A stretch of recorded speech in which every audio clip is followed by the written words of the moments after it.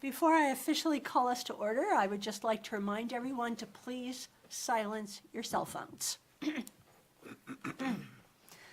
I will now call to order the Brevard City Council regular meeting of Tuesday, January 16th.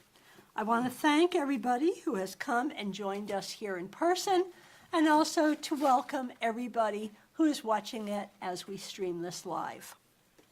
I'd like to introduce the individuals up here. To my far right is our city attorney, Mac McKellar. Sitting next to him is Councilman Lauren Wise. Next we have Councilwoman Pamela Holder. Then we have Councilman Mac Morrow. Myself, Mayor Maureen Kopoloff. To my immediate left, we have our city clerk, Denise Hodgson. Then we have Mayor Pro Tem and Councilman Gary Daniel. Seated next to Gary is Councilman Aaron Baker. And seated on my very far left is our city manager, Wilson Hooper. With that, I would like to invite Reverend Bob Rangelian from the Unitarian Universalists of Transylvania County to please give us the invocation. I invite us all to gather into this moment, knowing we're from different traditions and yet coming together in this moment. Spirit of love and life, may we pray this day for the leadership of this group, for the residents of this city.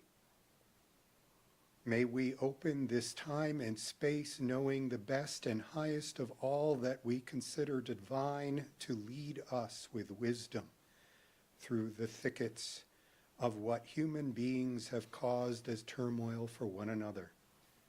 May we be inspired and feel the Spirit move through us to help lead through to a vision of a shining city and its people. May this group remember the love that we have for one another, our place of residence and our place in this world, in our mission. These things we hold in this time. May you be with us. Amen. Amen. Reverend Bob, would you like to tell us just a little bit about the Unitarian Church? Sure. The Unitarian Universalists of Transylvania County gathered just about 25 years ago, officially got our charter from our denomination in June of 1999. It's a congregation of, hard to say, but probably 150 to 200 people officially on our rolls.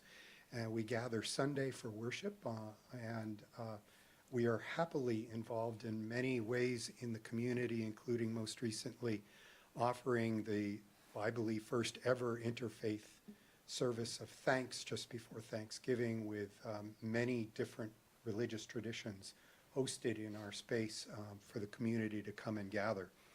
We are a very open, welcoming congregation, no matter who you are, how you identify, how whoever you love, whatever your age, we welcome you. And so we are glad to be part of this community and to lend our hand in the good causes that are part of this place. Thank you. Thank you, Bob. If everyone would please stand and join me in the Pledge of Allegiance. Attention, honor, pledge. I pledge allegiance to the flag of the United States of America and to the republic for which it stands, one nation, under God, indivisible, with liberty and justice for all.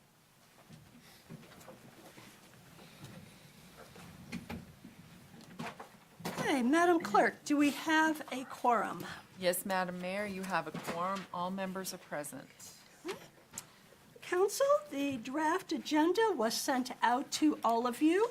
Are there any modifications to the agenda?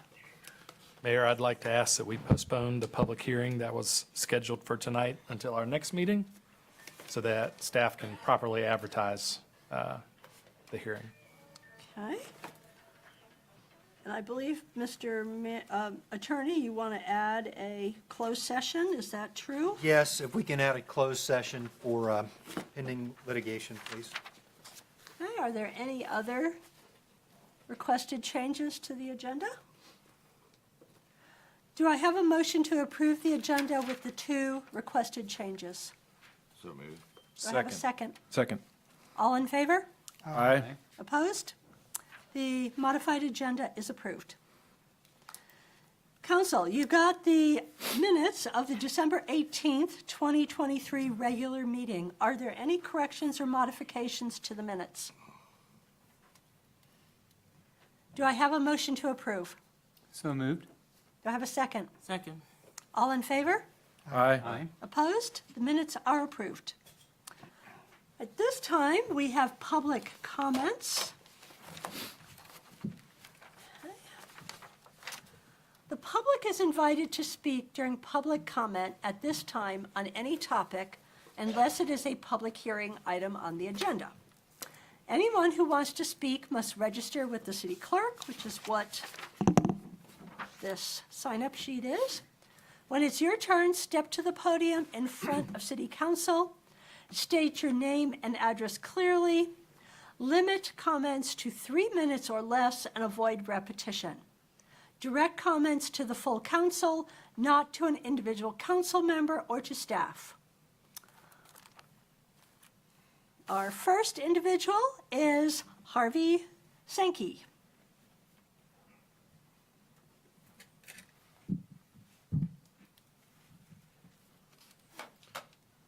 Good evening, Mayor. Good evening, City Council members. How are you? Good. My name's Harvey Sankey. I live at 41 Pine Street, and I am an interested taxpayer.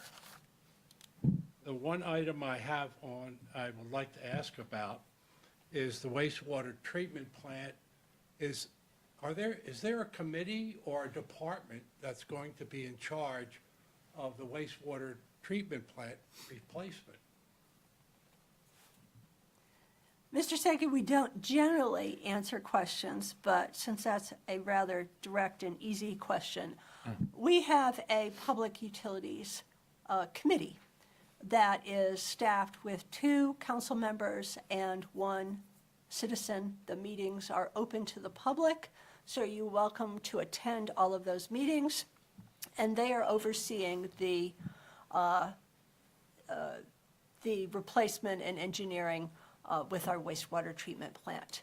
And I believe those meetings are on whatever day those Next are. week. It's the first Wednesday. Yeah, I think we just had one last week. I believe they're on the first Wednesday of the month at 3:30, but you can find the schedule on our website.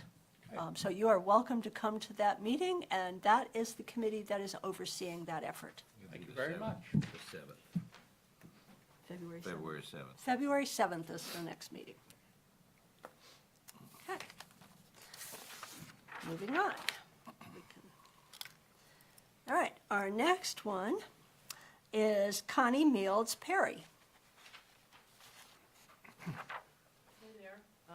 My name is Connie Mields Perry. I live at 105 Temple Church Road in Brevard.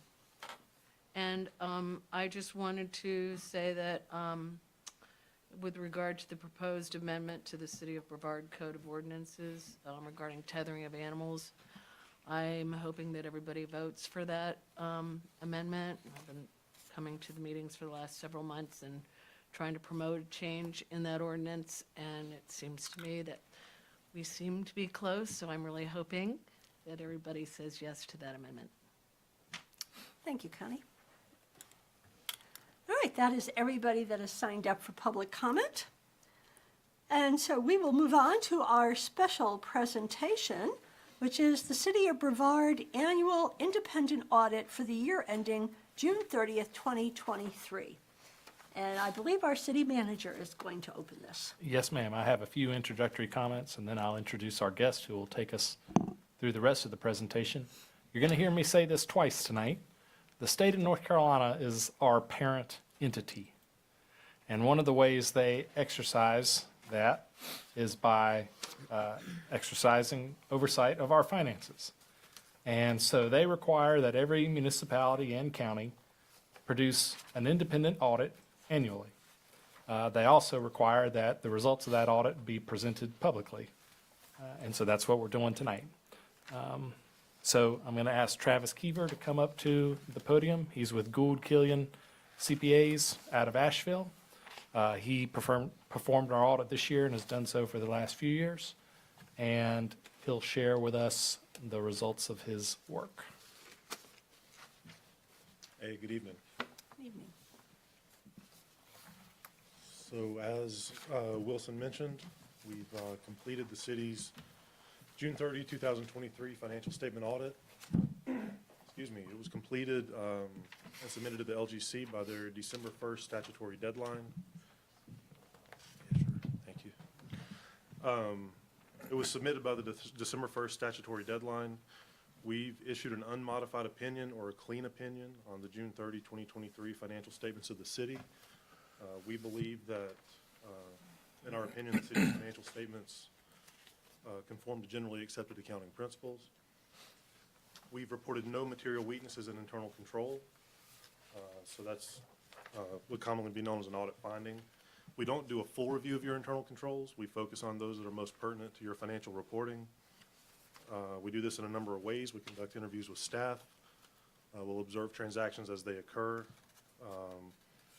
We'll look at things like a sample of invoices to make sure that they're coded to the correct department, that they have purchase order authority, that they have department head approval.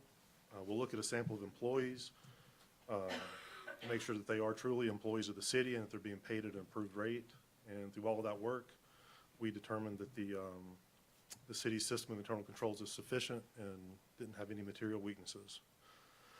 We also had to conduct two what are called single audits over the federal and state grant revenue that the city receives. This was related to the ARPA funding received by the city and also some clean water grants for sewer construction. Through both of those single audits, we noted no instances of material noncompliance with federal or state awards.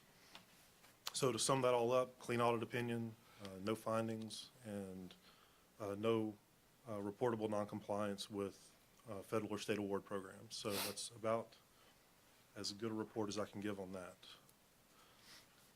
Go to the next slide. Yeah, the next slide is this called Financial Performance Indicators of Concern. This is a program that the Local Government Commission started a couple of years ago. When we submit the annual audit to the Local Government Commission, we have to submit with that what they call a data input workbook. That workbook essentially takes the information in your financial statements, puts it in a format that the state wants to see, and they have some benchmarks built into that workbook. If any of your financial data falls outside of their desirable range, it'll trigger what's called an FPIC. You had one of those for this year. It was related to two relatively minor budget violations, one in the Public Works Garage Department of the General Fund for about $26,000, and the other in the Heart of Brevard Special Municipal Service District Fund for about $22,000. We noted these also as part of our audit. We did not consider them material enough to call them a finding. We reviewed the budgetary controls within the city system, noted that it's functioning properly. There was no evidence of a systemic issue. It appears to be simple oversight related to a couple of invoices that came in really late in the year. The city will have to submit a response to that to the Local Government Commission that'll have to be signed by each member of council, and I think Dean has 60 days to present his response to you all and get that uploaded. Okay, the next slide is a pie chart showing a breakdown of general fund revenues. Just like most municipalities in the state, ad valorem taxes is the biggest revenue you get. In the city of Brevard's case, that makes up 56% of your revenue, or just shy of $6 million. Local option sales tax is the next largest piece at just shy of $2.4 million, or 22%. The other slice includes about a little over $400,000 in investment earnings, which is significant this year because that's been pretty insignificant the last probably decade up until this year when interest rates went up. The next slide is the exact same chart, just on the expenditure side. This looks at a breakdown of functional expenses in the general fund. The city of Brevard spends about $3.4 million for the public safety function, which in this case is just the police department. That's about 40% of your general fund expenditures.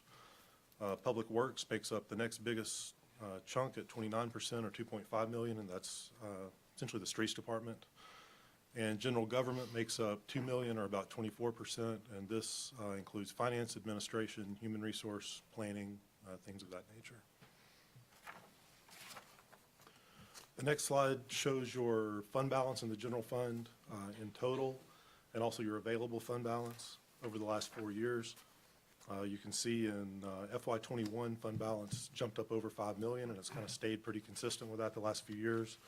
You get an increase of about $190,000 to your overall fund balance in FY23.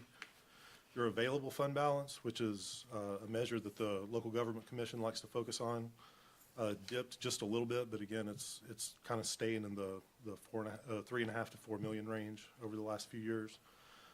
The difference in those numbers, total fund balance, is your essentially your assets minus liabilities in the general fund. Available fund balance is just your cash minus your current payables. The state likes to use that as a measure of liquidity, and they, in their view, that's the amount of money that council has to appropriate for discretionary spending. This next slide takes that available fund balance and compares it as a percentage to total general fund expenditures. The green line at the bottom is the city's policy on this. You all have a policy that requires that you maintain an available fund balance equal to 25% of general fund expenditures. This is equivalent to keeping about 3 months' worth of expenditures on hand. The blue line is the actual data. You're at about 35% or a little over 4 months of expenditures. The municipal average in the state of North Carolina is the red line up at the top, and that's at about 65% or about 8 months' worth of expenditures. And the final slide is some selected financial statistics for the utility fund for 2023 and the 3 previous years. Unrestricted net position, which is kind of the equivalent of fund balance in an enterprise fund, has gone up significantly the past few years. It's up to $1.6 million. Your change in net position, or your quote-unquote net income in the fund, was $1.9 million in 2023. About 1.4 of this was ARPA funding that was transferred into the water fund, so that's not all as a result of operations. But your income from operations was somewhere in the neighborhood of $500,000, which is pretty consistent with 2022. You generated $2.3 million in cash flows from operating activities, which of course can be used to make capital improvements, pay down debt, things of that nature.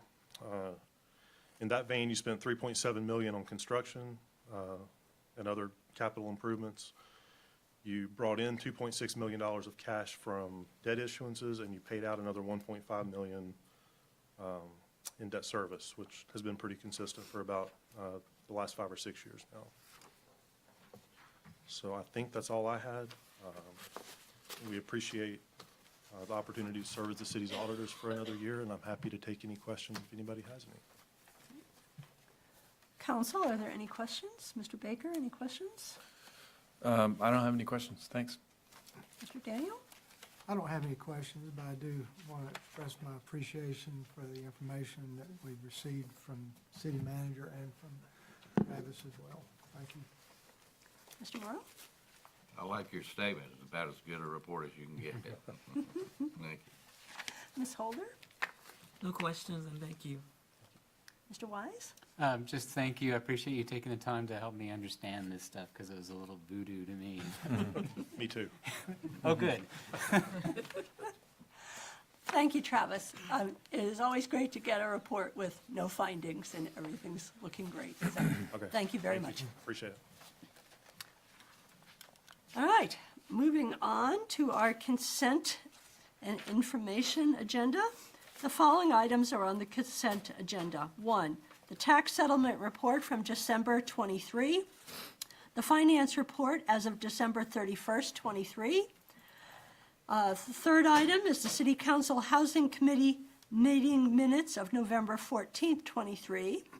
Fourth item, City Council Public Works and Utilities Committee meeting minutes, December 6th of 23. Do I have a motion to approve the consent agenda? So moved. Second. All in favor? Aye. Opposed? It's approved. Moving on to unfinished business. We have the proposed amendment to the City of Brevard Code of Ordinances, Chapter 14, Section 14, TAC 32, Tethering of Animals. Mr. City Manager? Yes, ma'am. I'll actually ask Alex to go to page 44 of 79 on the agenda. So usually Chief Jordan would be here going over this update, but he's at his professional association conference this week, so I'll do my best to fill his shoes. Just as a reminder, these updates were recommended by the Public Safety Committee back in October or November. We had the required public hearing at our last council meeting, literally years ago. And it includes several sort of cleanup or, housekeeping items to the animal control ordinance. But the most notable part is what's up on the screen in red letters here. And that is, it adds tethering to the lists of prohibited activities, or let me change that, governed activities that we can enforce. And it essentially says that if the animal control officer sees that the way in which the animal is tethered is under conditions that they deem to be cruel or potentially harmful to the animal, they can take enforcement action. And then the red letters here give some examples of what appropriate tethering would include. And it's things like the animal has access to water and shade, the ability to move around, the tether doesn't lead to them getting wound up and unable to escape, etc. And so we think that these are good and humane additions to our animal control ordinance, and we ask that you consider their passage. Do I have a motion to approve the amendment? So moved. Do I have a second? Second. Okay, we'll open discussion. Mr. Daniel? I think it's the least we can do. I think there's quite a bit of research and information that points to the danger of tethering animal, pets particularly, and I think this pretty well covers what we can do. Ms. Holder? Any comments? No comments, thank you. Mr. Morrow? I think it reflects the work that the police department has done in their report of this issue that this nice lady brought to our attention, and it's sort of overdue, and we appreciate citizens that come up and challenge us to make our ordinances better. So thank you for doing that. Mr. Wise?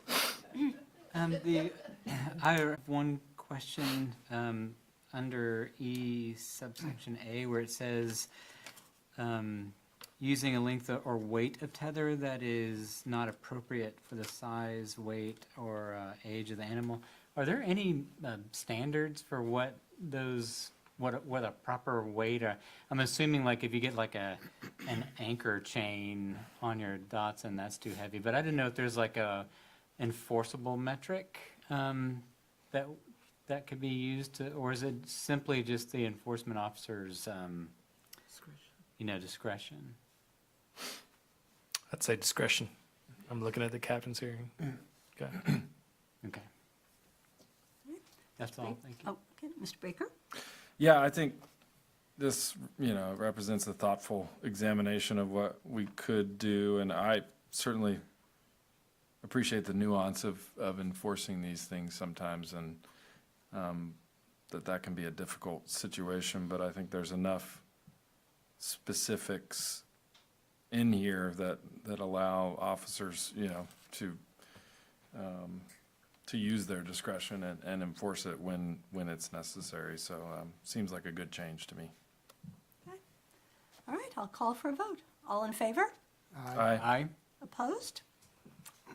The amendment passes. All right. right, moving on to new business.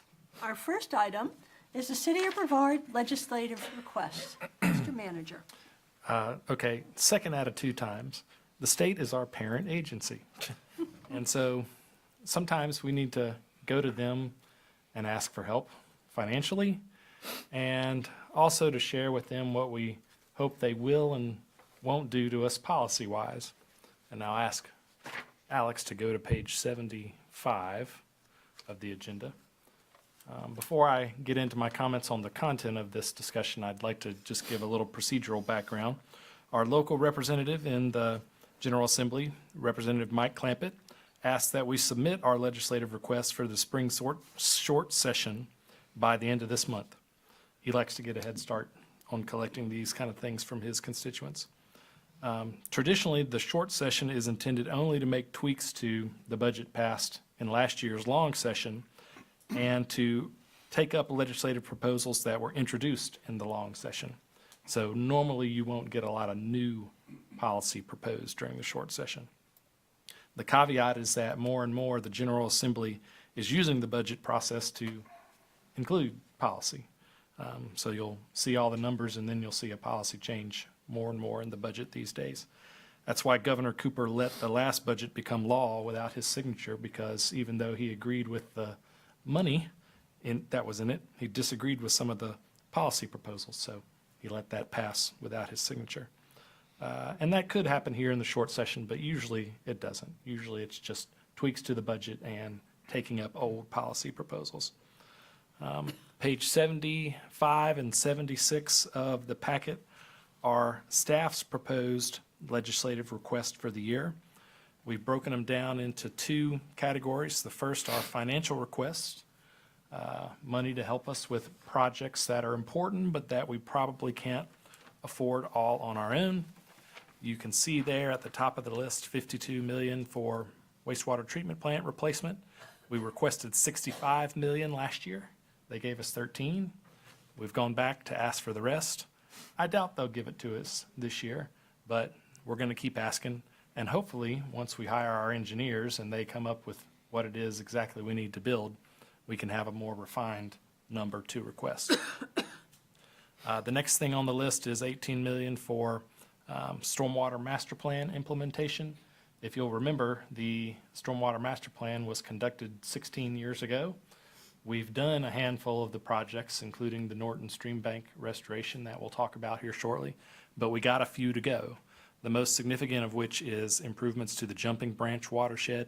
They were just short of $10 million in 2007 dollars. So I've just assumed that the prices have probably doubled since then and requested $18 million for that. $400,000 for restrooms at the new soccer field and skate park. We've applied for state grants on this before and not received them, and so we thought we'd try an earmark request. Wesley has asked that we include money to fight inflow and infiltration on the Upper Brushy Creek watershed. I think that last week's storm really emphasized the importance of this kind of work. We've made a lot of progress, but we've got more to go. And finally, we've asked for Brevard Fire Department money for a new engine for our fire department. This is something that we'll be able to pay for on our own, but because you have to pay the money a few years before the truck is available, it kind of ties up our liquidity a little bit, and it's easier for the state to pay for that than for us. And then finally, at the bottom, a new request, and that is funds to pay for a facility study. We're outgrowing our space here. We've already got plans to relocate the police department, and I'd like to have an expert tell me what kind of space needs we're going to have in the future.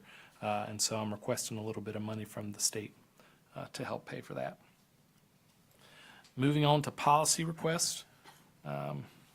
This might not seem like an analogy you'd expect when you're talking about legislative activity, but when you're doing lobbying, you're playing offense and defense. It's like a sport. You're playing offense and defense.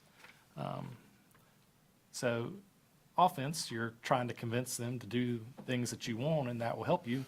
And then defense, you're trying to prevent them from doing things that, in your opinion, could hurt you. And so in our case, the first two are our offense. We're asking our legislatures to make changes that will help us accomplish one of our most important goals, and that is the provision of more affordable housing. Both of these requests would expand local governments, not just ours, but all local governments, legal ability to support the creation of housing.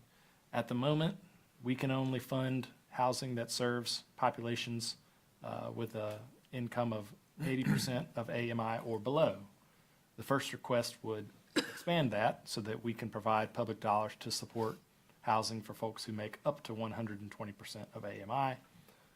The second request would be to permit revenue that's raised via our tourism tax to be used for the creation of housing. At the moment, it can only be used for things that support tourism, like tourism infrastructure, marketing, etc. This would make the provision of affordable housing an eligible use for that expense. The next four are our defense. The first is a general defense, defend local zoning authority, so oppose any legislation that limits local authority over planning and zoning. Our philosophy is that those decisions are best made at the local level, and statewide development standards can't capture the nuances that come with planning for a mountain community like ours. And the next one, SB 675, is a specific example of legislation that was intended to reduce localities' planning and zoning influence. That proposed legislation would take away our ETJ, and essentially our planning and zoning authority would stop at the city limits. And in our case, we think that would lead to some unwelcome outcomes because we have developed areas right outside the city limits. In some cases, developed areas that are adjacent to developed areas within the city limits. And so not being able to have some responsible oversight over those areas could lead to things like incompatible land uses being right next to each other, dirty uses, factories and, industrial type uses that pollute a lot, being placed right next to neighborhoods and residential areas. The very kind of thing that planning and zoning is meant to do. If they take away our ETJ, we'll have some places around town where we won't be able to exercise that kind of oversight. So we're asking our legislatures to oppose that bill. Interestingly enough, the League of that bill started off taking away ETJs from everybody, every municipality across the state. Our lobbyists with the League of Municipalities kind of bargained the General Assembly down a little bit. So every municipality over, Mac, is it 25 or 10? I think it's 25. If you're over 25. They kept bouncing it around, so I don't remember where it ended up. But anyway, we didn't qualify for the exemption, so our ETJ was still at risk. And so we're asking them to oppose that bill altogether. Interestingly enough, and just for the council's information, although a statewide prohibition on ETJ didn't pass the last session, a couple of local bills took ETJs away from individual municipalities. So a couple of cities across the state have already lost their ETJs, and it's still a possibility that all municipalities under 25,000 could lose theirs.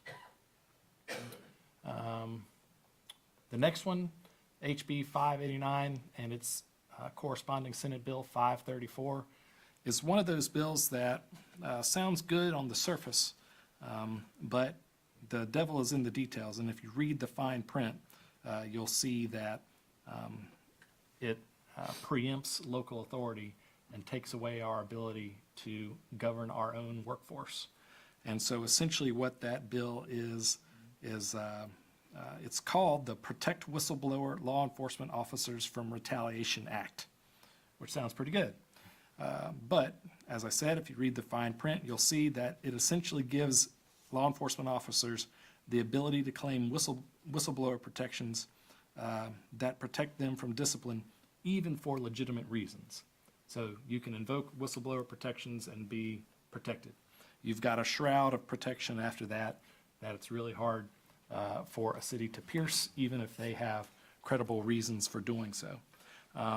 And as a matter of fact, not only has the League of Municipalities and the North Carolina Association of County Commissioners opposed this bill, but so have the North Carolina Sheriff's Association, the North Carolina Association of Chiefs of Police, and the North Carolina Police Executives Association.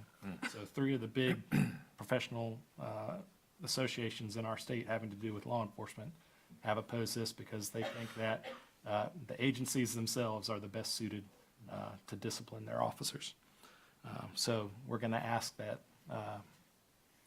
if you concur, that our legislators oppose that bill. And then finally, a bill that came up mid-session last time, which would limit what we can charge to out-of-town utility customers to 1.25 times what we charge in-town customers. Now, I will give the General Assembly credit. They tweaked this one as well. It started off as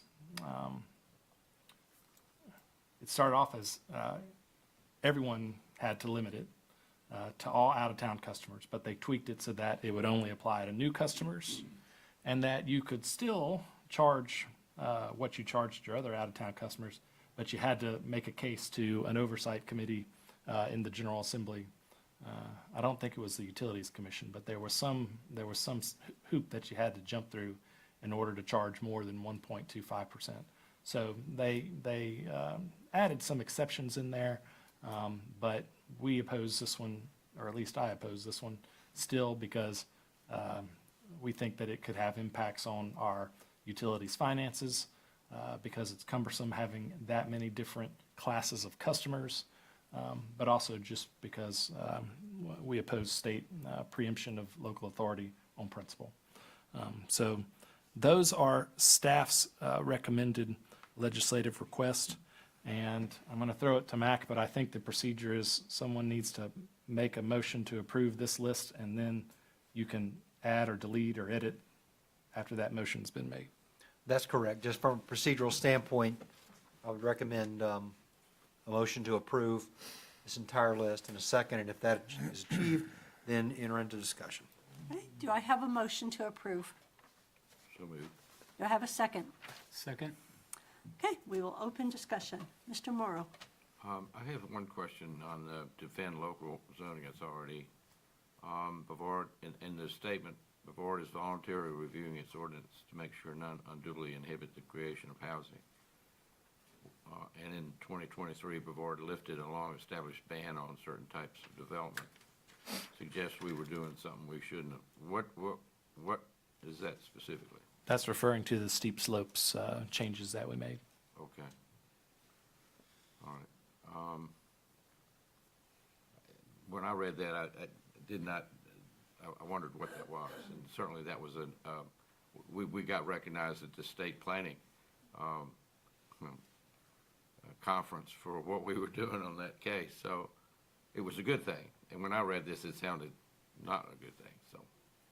Mr. Morrow, one of the sort of reasons you hear in Raleigh about why they're considering taking away local zoning authority is that municipalities inhibit through their policies the creation of new development, when in reality we think we're doing the opposite. We're trying to amend our codes so as not to inhibit housing and make it easier. And so that line is just there to sort of counter this claim that some folks in Raleigh make. Okay, all right. I understand it now. I've been real appreciative, and I think council has recognized what staff has done over the last year or so, and reviewing all of our UDO. So, and certainly the accomplishment of the steep slopes calculation was long overdue. Took us, a couple of years to do that, so. Anything else, Mr. Morrow? No. Huh? Mr. Baker? Yeah, a couple questions and then a comment. I know there were, and this might be a question for the city attorney, I know there were a couple of bills that we were discussing in the short-term rental task force, making their way through, that sort of ended up not being brought forward. Is it worth mentioning those here, or are they so far down the list that they're not in danger of being presented? I think that none of them got picked up to go beyond, nothing got out of a committee. I'm not even sure they got a hearing, any of them, in the Yeah. committee during this go-round. So I don't know that it's necessary. We can always, of course, come back and amend it like we did this past year for 675. We can always go back and we'll just pay attention to it. But ordinarily, new bills are not, ordinary is a term of art, are not introduced again in this session. So we'll just keep an eye on it, but I don't think it's necessary at this point. In fact, it might actually call attention to it Yeah. more than anything else. Right. I guess my response to that would just be that you should keep an eye on it, and if Absolutely. during the year or during the session, it seems like they're moving, on those things that we might want to consider a resolution, opposing that. If those, My intention, and I know Wilson's doing this as well, because he's very involved in the legislative process, will be keep an eye on that. And if it comes to the point where any traction appears to be gotten yeah, in those short-term rental bills, yeah. we'll bring it to your attention. Great. And then I too had a couple comments on the defending local zoning authority. And it's mainly a strategic question about how we communicate that. I think these are much more, I'm trying to put myself in the shoes of the legislators that we're talking about, and I think they're much more effective when you name a specific bill and call attention to it. Sort of a general statement that we're defending our local zoning authority, I think it's very easy to just pass off as, well, you're just a city that wants to hold on to all the power they have. So I'm not sure if there's a different way to frame that, or whether just listing certain bills that have moved through the legislature underneath that might strengthen that argument a little bit. And the last thing I wanted to bring up is, I know the our county commissioners presented a similar listing of their asks, and there was some crossover. I believe they listed the wastewater treatment facility in their list, which we definitely appreciate. And it's probably too late for this year, but I wonder if there's an opportunity for more collaboration and cooperation between the city and the county on these requests. I think I've heard from a couple of county commissioners that, our state leaders, they're looking for collaboration between municipalities, and those things carry a lot more weight when they show up on their desk and they're signed by, Transylvania County and the city of Brevard. And I know we're kind of doing that because we're including similar things in our list that are in their list. But if there's an opportunity to create almost a third list or a third letter, where the county has their list, we have our list, and then we have a joint list that we can present to our legislators, legislators. I think that might catch their attention even more. And I understand that coming up with those things might be challenging and would require maybe even a joint meeting or a subcommittee or something, but that's why I say it's probably too late for this year. But I think since we've been in the practice of doing this, maybe next year we could start the process, maybe when the fiscal year starts even, and start to think ahead towards this request coming in. Yes, sir. That's all I have. Mr. Daniel? So I have a few questions. So is this, your intention is to submit this into full list? Well, unless you all want to add or subtract something. Okay. And we'll probably edit the descriptions a little bit, just to make them a little bit more concise, but by and large, yes, this is the document we'd submit. Are they in order of importance as you presented it? Or is that necessary? Well, he hadn't given us much feedback on the format. You know, I would say that the wastewater treatment plant is certainly the highest, that's why it's Yes. at the top, but after that, in no particular order. Okay.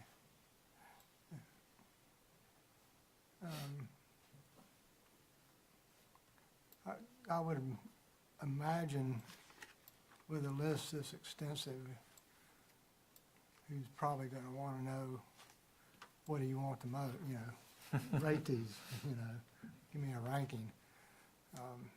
But other than that, I think all these things are obviously things we could use some help with.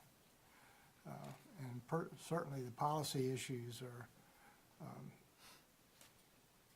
those are all important. So, but particularly to permit cities to support workforce housing, I think is really vital that the state become more involved with the city's concerns. Municipalities, not our city, but all municipalities. So, that's all I have. How about I just make an amendment to the final list that makes it very clear that the wastewater treatment plants are top priority, and then stay silent on the rest? Would that be all right? Yeah. Okay. Ms. Holder? I ditto what Mr. Daniel just said about, because it just seems like other things are a priority rather than the wastewater treatment plant. Just a grammatical suggestion, it may be minor, but to spell out representative and senator rather than abbreviate it. Yes, I ma'am. think it brings a little more professionalism to it.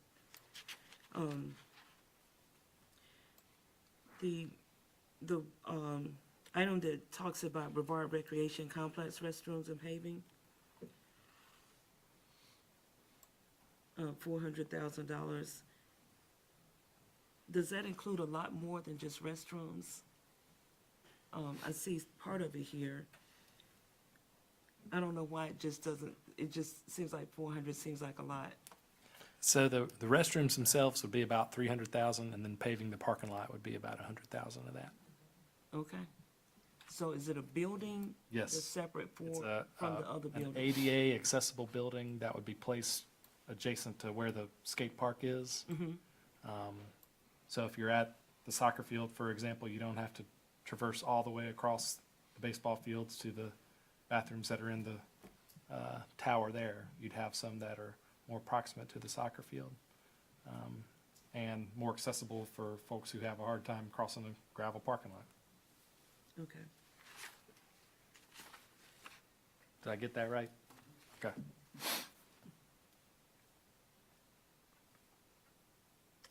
And would you explain, again, it just kind of went over my head, the ETJ statement that you made with regard to 6B 675? Yes, ma'am. So we have planning and zoning authority over an area 1 mile Yes. outside our corporate boundaries. And an ETJ representative on our planning board that's appointed by the county. So even though those folks aren't residents of Brevard and don't get all the other benefits of residency within the city, they at least have a representative on our planning board. So their voice is not totally drowned out, but the idea behind an ETJ is that in order for municipalities to develop in a safe and orderly fashion, that they should have some responsibility for land development outside their corporate limits. And the ETJ was really, the concept of an ETJ was really sort of developed back when involuntary annexation was easier to do. Because the presumption was that all that land that's in your ETJ is eventually going to be in your city limits. And you don't want it to be so different that it, is a danger to your land use. But even after involuntary annexation was taken away, ETJs were left for the reasons I mentioned, because they are so close to in-town limits and developed areas. You do want to be able to have some sort of regulation over what goes where, so that you don't have incompatible land uses. So I'll give you an example of what might happen if our ETJ gets taken away. The Augusta Mill site is outside the city limits. Currently, it's in unincorporated Transylvania County. But we have some control over what goes there because it's in the ETJ. If the ETJ was taken away, an incinerator could go there. A giant junkyard could go there. A dump could go there. A toxic waste factory could go there. Now, I'm being a little dramatic because the county does have some limits of what can go in an unincorporated area. But the point is, we can put some things could go there that, in our opinion, don't mix with the school that's across the street, the residential neighborhood that's across the street, the lighter industrial uses that are across the street. And so we want the ETJ to be left in place so that we can make sure that what eventually goes there doesn't conflict with those land uses that are literally across the street from that site. And just to clarify, Wilson, while you were speaking, I looked at the actual text, and that law was modified to only take away ETJ in counties with less than 50,000 residents. Okay. That's the way they did it. And there's a scale of implementing it, but essentially it's counties with less than 50,000 residents. It wouldn't apply in Henderson County, for instance. They still have ETJ.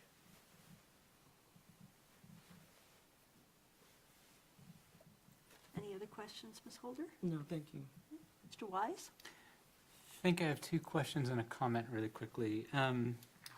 The comment is more, I just want to say that I also agree with Mr. Baker about a potential collaboration with the county, especially with things like wastewater, if we're looking at maybe trying to involve them in a countywide system. Revisiting a little bit on the ETJ, what is the state's impetus for removing that local right? Like, what do we know, or at least not the state maybe, but the lawmakers who introduced this, why would they, especially at a 50,000 population or less, do we know why that bill is interesting to them?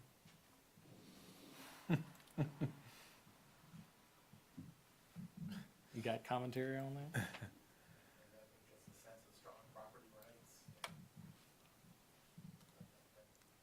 Yeah. I think it's philosophical. Property rights are stronger for Yeah, I communities who have less than 50,000 people than The theory is that it's a more rural Right. counties. And that's the main people who are driving it. And there have been some communities that have abused, might be a bit of a strong word, but abused their authority for ETJ to really restrict what people in the extraterritorial jurisdiction can do with their property, and so it's kind of a combination of that. Sure. You'll see there's a lot of, they did in fact pass, I think 3 or 4 communities lost their extraterritorial jurisdiction, primarily because they had implemented some rather draconian zoning rules in the ETJ area. And I think it offended the local legislators, which been moved about it. So is that a pretty fair assessment? Yeah, I Okay. think that's fair. Okay, great. And then just the last question is, looking at these more project-based requests, I don't know if this is an extensive list or if it's sort of normal, or if it's not a lot. I mean, is it a lot? It seems like a lot, but I don't know what the metric is. I think it's about average, but I also think that it's sort of in keeping with what Representative Clampett told us, and that is, get your request in. You know, you can't win if you don't play. Yeah. So if there's something you think you want, ask for it. Okay, that's all I have. Thank you.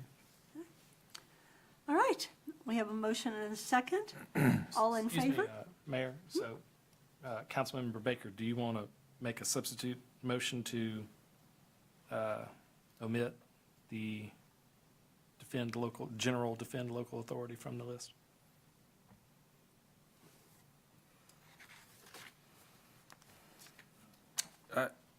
You know, I don't think it does much for us leaving it in there, to be honest. I mean, I know that is our position, but I think they're probably going to guess that that's our position, so I'm not sure restating it, it's sort of, it could be poking them in the eye when I'm not sure that's really necessary. Whereas calling out a specific bill and saying why you oppose it, I think is just a stronger message to send rather than saying, here's our philosophical position that, you know. So I think it would strengthen the letter if that was not on there. So I don't know if we. So who made the motion? I did. So you're asking if, Mac, are you willing to amend your motion? Sure. All right, so you have now, Can I make a comment? yes, I think I really hadn't thought about this, but I think I support this, and that I think Mr. Clampett is not asking us for generalized concepts. He's asking us for a specific request. And observation of at different times in different places is what he's asking for is for us to do the work, and he will present it. This is asking him to do the work. So that, I think that may be counterproductive somewhat, so. May I make a comment?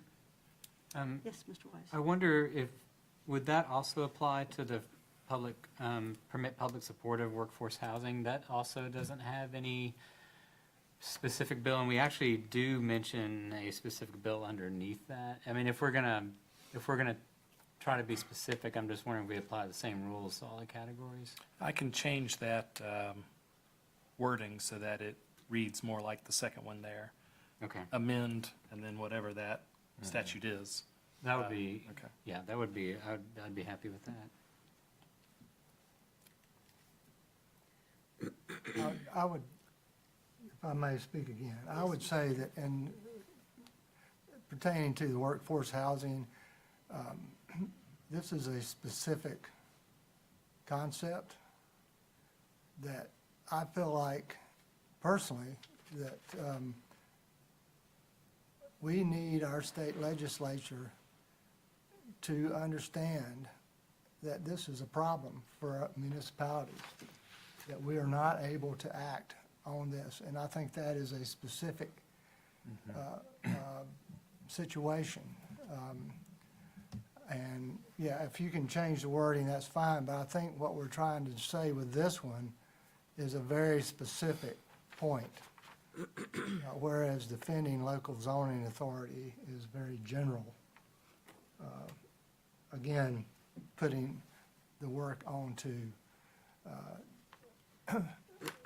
Clampett, but I would personally, however it's said, I personally want that said in our request, that we want the state to help the cities, municipalities with workforce housing. Allow us to do the work. We can do the work, but we are not allowed to. So, I think that's important, so. Understood. Okay. We have an amended motion, which my understanding is that we are amending the list by removing Defend Local Zoning Authority. Staff will make all of the other administrative changes that have been brought up under the individual items, and that the other items would then proceed forward. So we have a motion amended by Mr. Morrow. Who made the second on that? Mr. Wise. Mr. Wise, are you seconding the I'll second amended? that Okay, amended Right. motion. all right, then I will call for a vote on the amended motion. All in favor? Aye. Opposed? It passes. Okay. Moving on to our second item of new business. We have the grant resolution, the Norton Creek Stream Bank, and City Manager is presenting again. Yes, I'll ask Alex to bring up the map here. So this is an old aerial photograph, but if you'll pan out just a little bit, Alex, to help folks get their bearings. On the right, where his cursor is Silverstein Park. Back in a little bit, if you don't mind, so we can see the bend in the creek there. And on the left is our park's next door neighbor. And you can see that right at her property line, there's a big old bend in the creek. And like I said, this is an old photograph, but on the ground now, on the right side, where his cursor is a brand-new, recently rejuvenated portion of Norton Creek. That's working, by the way. Last week during the heavy rain, I went out there and saw that you could play basketball without getting your feet wet. So the basketball court was above water. The creek was doing its job and transmitting water quite well. But at that bend, there was some turbulence. Where the water turns the corner there is currently reinforced with, and where our project that was just completed ended, is currently reinforced with some big boulders and some other things. But when the inspector from Department of Water Infrastructure came out, he said, man, this project looks great, but that bend isn't gonna last very long. And if I were y'all, I'd rejuvenate another 100 feet of this stream bank. And so that's what we're asking you all to approve today, and that is to let us apply to the state for a $70,000 grant, which that inspector said he'll help us get because he thinks it's important to the project, to extend that project another 100 feet. Alvin, our engineer, has already gotten the approval of the property owner there. The project would also include replacing the stormwater pipe that runs along the fence line, so along the property line between her house and the park that empties into the stream and straightens out that bend so that our newly improved stream bank restoration will last a little longer. If you approve and pass this resolution that's in your packet, we'll send that to our representative at the state, and they will include that in our application packet, and then we'll wait and see whether we get funding. I'll just go ahead and give you a preview and say that if we do get the state to approve half, roughly $72,000, I'll come back at a later time and ask you to reappropriate $72,000 from our available fund balance to pay for our half. But if we don't get the state grant, if for some reason we don't get the state grant, I still think we ought to do the project because I'd like to preserve what we've already paid for. But my funding strategy will be a little bit different. I'll bring you back a different list of funding sources if we don't get the state grant. But for the moment, I just need your approval to go ahead and apply for these $72,000 in state funds. Okay, do I have a motion to approve? So moved. Do I have a second? Second. Okay. We'll open discussion. Mr. Morrow? Yeah, this is just another step necessary along that creek, and hopefully someday we've got it all the way to 64. Ms. Holder? I agree with it. I was gonna ask, for more clarity. The way it's gonna extend, will it go farther into the yard or the other way? You see what I mean? To So, make it straight? right. I think that it'll go farther into the yard, but it will be gradual. You know, if you were out there now, you'd see that she's essentially got like a cliff from her yard into the creek. I mean, it's eroding away. And so the project will encroach into her yard a little bit, but it'll create a gradual slope down to the creek that, once it's done, will kind of be like her yard. She'll have a nice little gradual slope she can walk down into, wade in the creek if she'd like to. But the replacement of the stormwater pipe that runs perpendicular to the house, I mean, that's probably the more that's going to be the more disruptive part of the project for her. But if you walk around in her yard, she does have some low points there that suggest that pipe is failing. And so I think that'll be the most important part for the preservation of her property. Is that something that will be communicated with her? She knows, yes, ma'am. She knows. She's already agreed. Okay, all right. She'll give us an easement over that pipe and everything. She's already agreed to that. Okay. Mr. Wise? No comments. Mr. Baker? Yeah, I'm just curious about why maybe we didn't include this in the earlier project. Was that simply because I know the land we directly had access to was probably what we worked on. Right. Is that the explanation, or? I think that's part of it, but I also think that the erosion has significantly increased since the project was designed. Over the last 4 or 5 years since the design was drawn. So I think that originally it was not as urgent as it is now for that reason. And, you know, the creek continues on up, obviously. Are there, you know, that creek runs behind my house too, and obviously the city's property over there by the tannery, and there's all kinds of issues over there. So, you know, not sure what my question is, other than like, it's kind of like Pandora's box a little bit. I mean, Yeah.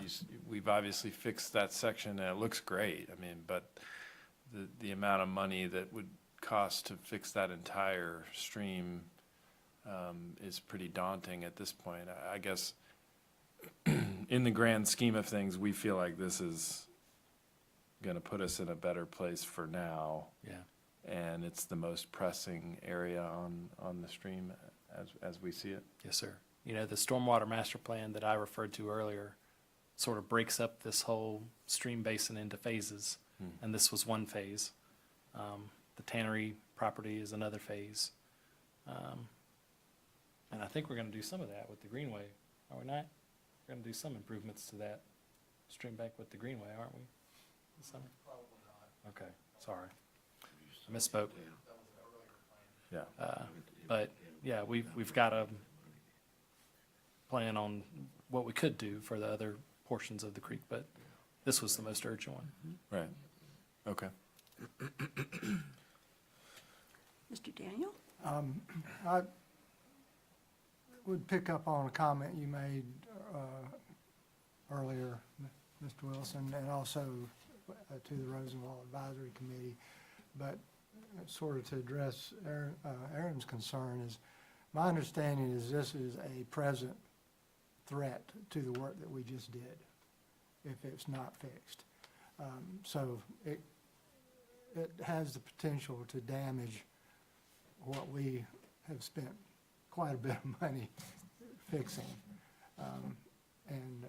So obviously, for that reason, I think that kind of moves it up the list of things that need to be done on that creek, so. That's all. All right, we have a motion and a second. All in favor? Aye. Opposed? Motion passes. All right, that was our last item of new business. We will now move on to remarks. And we will start with Mr. Wise. First off, I would love to thank our Public Works departments because they went through a whole lot with this rain and you guys are exemplary. So thank you for all the work you guys put in. Our whole community really appreciates you.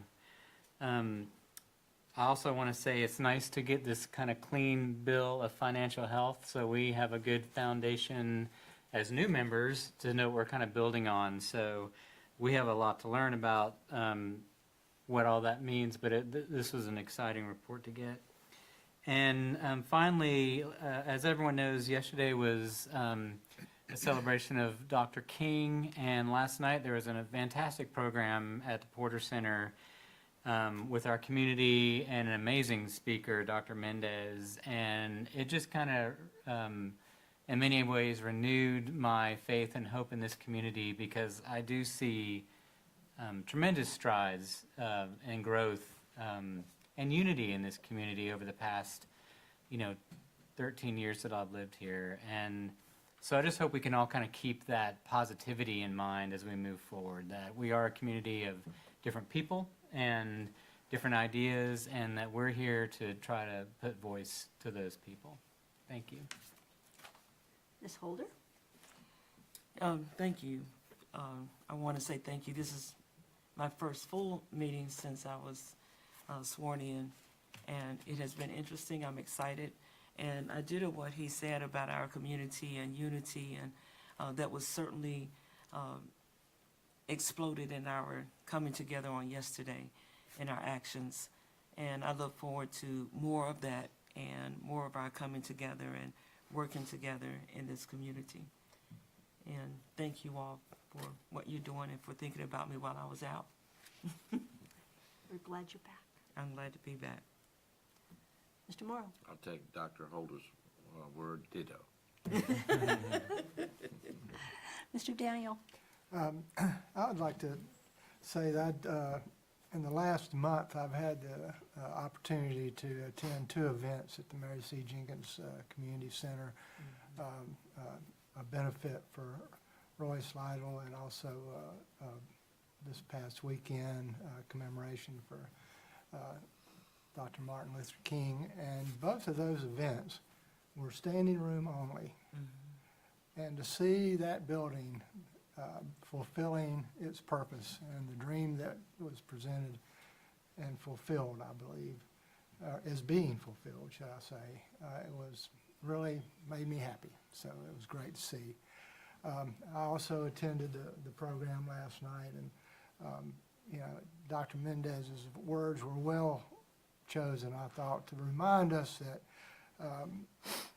Dr. King showed us the way.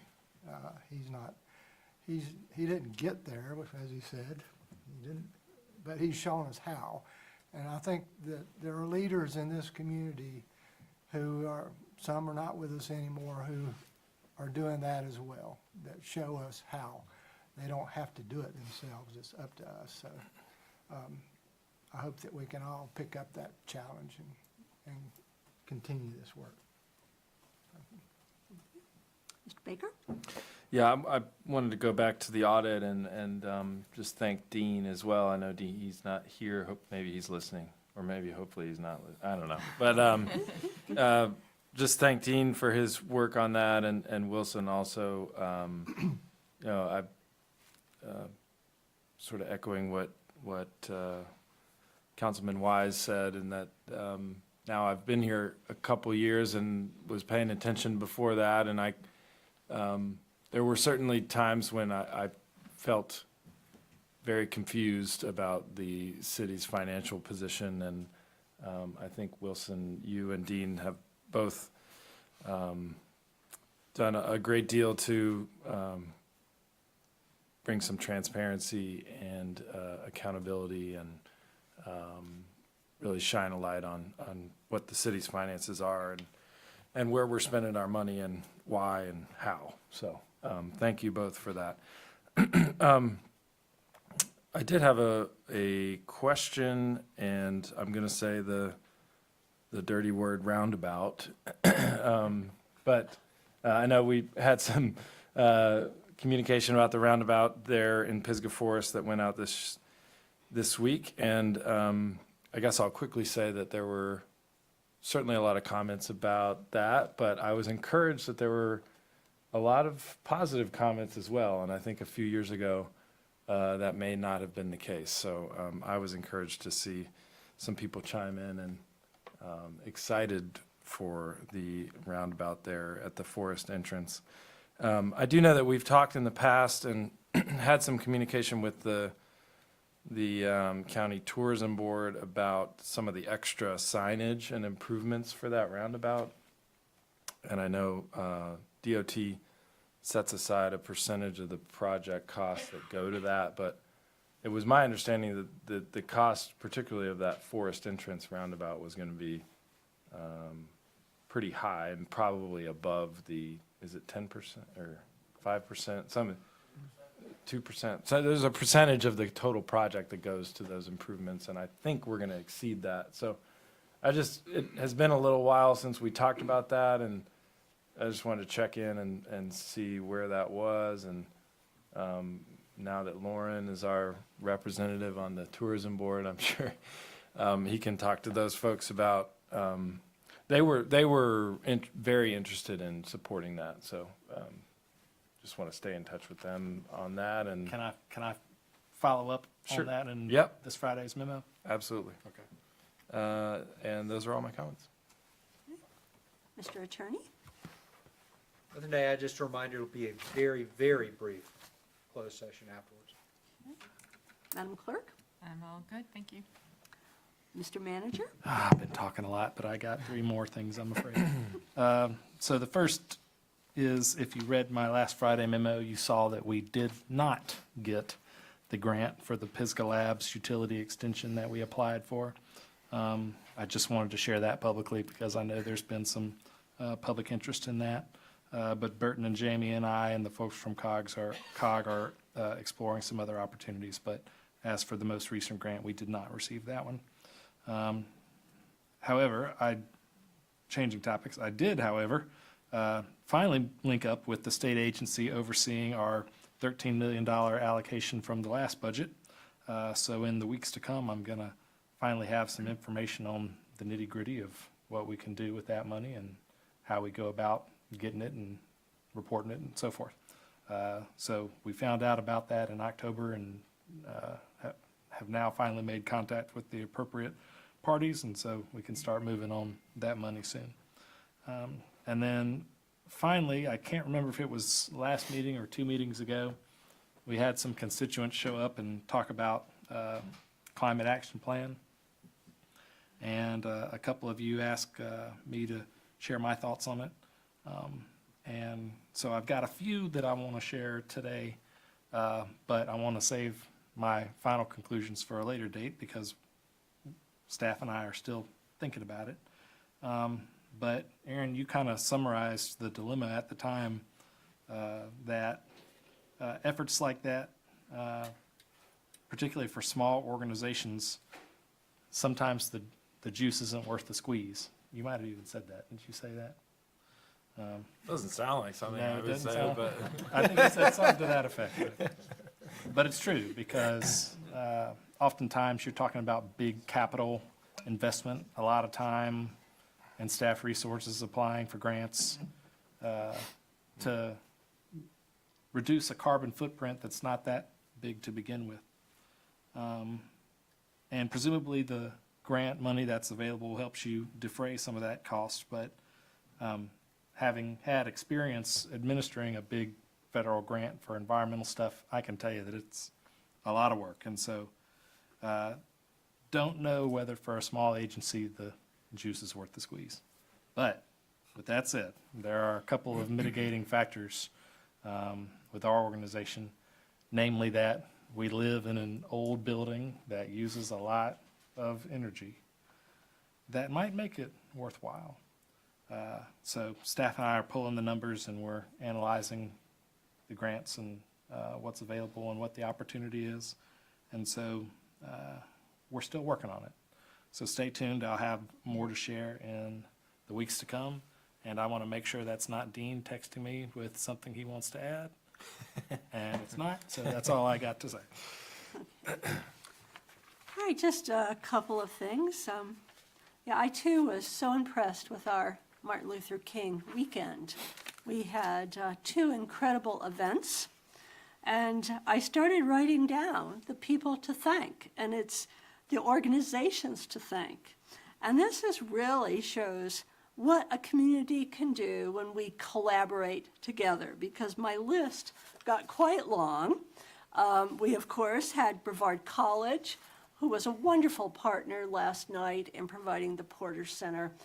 That is such a beautiful space that they just make available to us for an event like that. So a big thank you to Brevard College.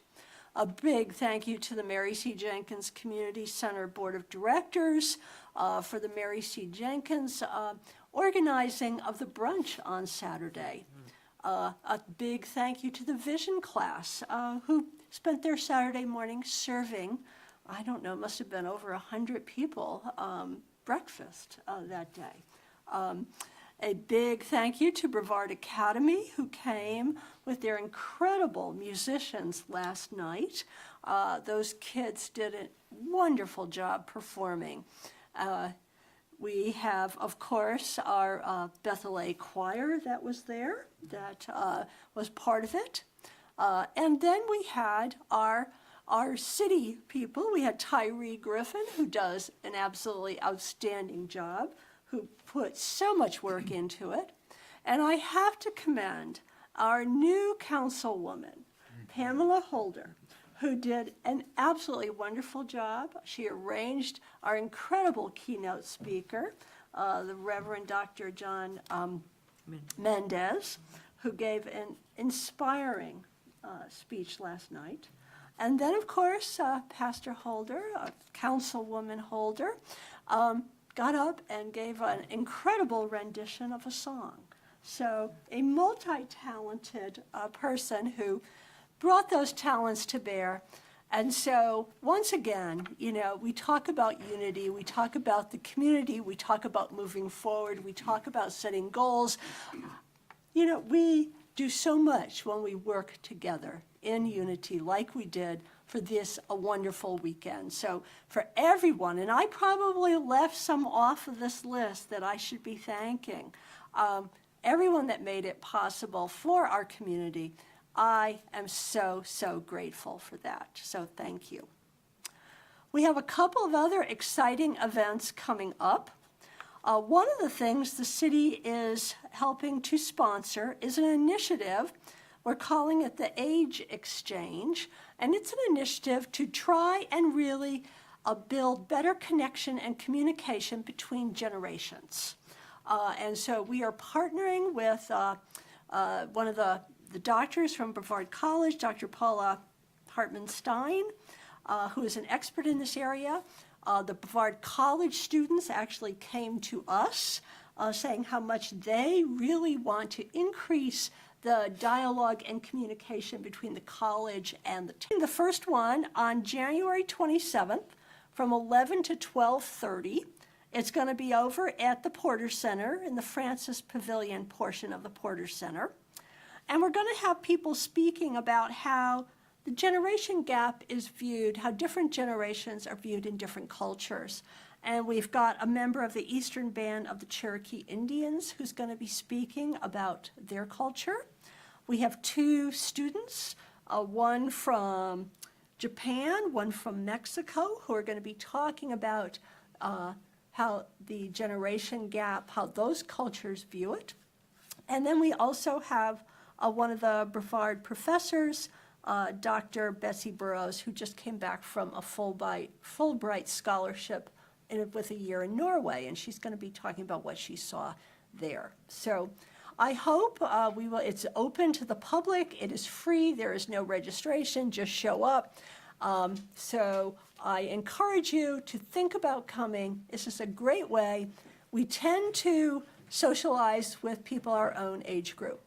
And when my last conversation meeting with some of these college students, it was incredible. And they just looked at me and said, Mayor, we never hear anything from the city. Well, we're going to change that. And we are going to really get this communication going a lot better. So please join me on Saturday, January 27th, over at the Porter Center at 11 o'clock, and let's have a great dialogue. And there'll be one a month for the next 3 months through April. So, and we have some flyers. I believe we've got this out on our website and our Facebook page. If not, we will. And we'll be putting flyers up around town. Then, coming up on February 2nd, we are going to have our annual White Squirrel Day. Now, the rest of the country might be watching that chubby little groundhog up in Pennsylvania, but we will be at the Mary C. Jenkins Center, another incredible use for our new cultural center, where we will have our White Squirrel ambassador, Pisca Penny, giving a prediction about whether or not it's going to be a long winter or an early spring. Pisca Penny does that, and she also gives a prediction on who's going to win the Super Bowl. So this is another, oh, somebody's laughing. Oh, no, you. This is quite an event. And I'm looking forward to it. so am I, so is Pisca Penny. It's from 10 to 12. WSQL will, as always, be broadcasting the event live. It is at Mary C. Jenkins. It is open to the public. We will have a cake celebrating. So come and join us for White Squirrel Day, one of the unique things that we do as a community here in Brevard. What time? 10 o'clock in the morning. Yeah, so. Okay, switching topic and tone here for a minute. I also want to give really an update on a much more serious topic.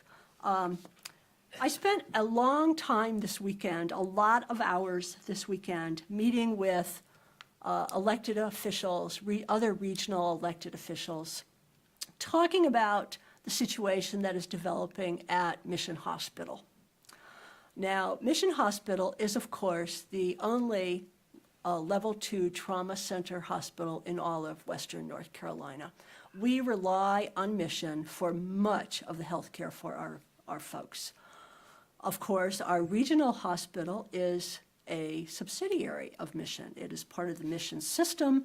They, of course, rely on Mission for a lot of combined functions. And of course, often when you go to our hospital, if it's too serious for them to handle, you are transferred to Mission. We found out on Friday that the Department of Health and Human Services, DHHS, had been out inspecting Mission Hospital over the last few months, and they have issued 2 what they call immediate jeopardy findings. Now, an immediate jeopardy finding is the worst possible finding that the oversight commissioners can find in a hospital. It means that because of management practices in that hospital, people's lives were actually put in jeopardy. And there were 9 specific occasions that they cited in these 2 immediate jeopardy findings. This is extremely serious. I think you're going to start seeing it in the papers. It was out in the Watchdog, Asheville Watchdog on Friday. I think it's going to explode across a lot of the other papers and news areas. So the hospital, what happens is DHHS has sent these formal findings. They have put Mission HCA, who owns Mission, on notice that this has to be corrected. And they have sent this also to the Commission for Medicare and Medicaid, CMS standards. That is the commission that decides whether or not a hospital qualifies to be able to get Medicaid and Medicare funding. And so CMS will be one of the players in terms of deciding whether or not and when Mission Hospital fixes these jeopardies, how much time is involved. That has not come out from CMS yet. We've been waiting to see what they do. We expect it any time, but this is an issue that has the potential to impact our community. And I'm bringing it up really because I do want to be completely transparent. I do want people to understand what is happening and to also understand that we are working very closely with our regulators in Raleigh. We are working very closely with the governor's office. We are working closely with our representatives, with Asheville mayor, with our state level reps. So we will continue to track this, and we will continue to basically demand, as the regulators have demanded, that these problems be fixed absolutely as quickly as possible. And I believe there will be a very short time frame of days when it officially comes out with how long they have in which to correct this. So when you see that come out in the news, you will now have hopefully a better understanding of just what exactly that means. And your elected leadership is working with all of the agencies to hopefully get this fixed as soon as possible. So with that, I believe we need a motion to go into closed session. Yes, we do. Do For I have a- pending litigation. Do I have a motion? So moved. Have a second? Second. All in favor? Aye. May I ask a Oh. question? Okay, wait. Do we have to cite the case? Yes. In Ray HCA litigation. All right, well then I will ask that we clear the room and that we stop any broadcasting.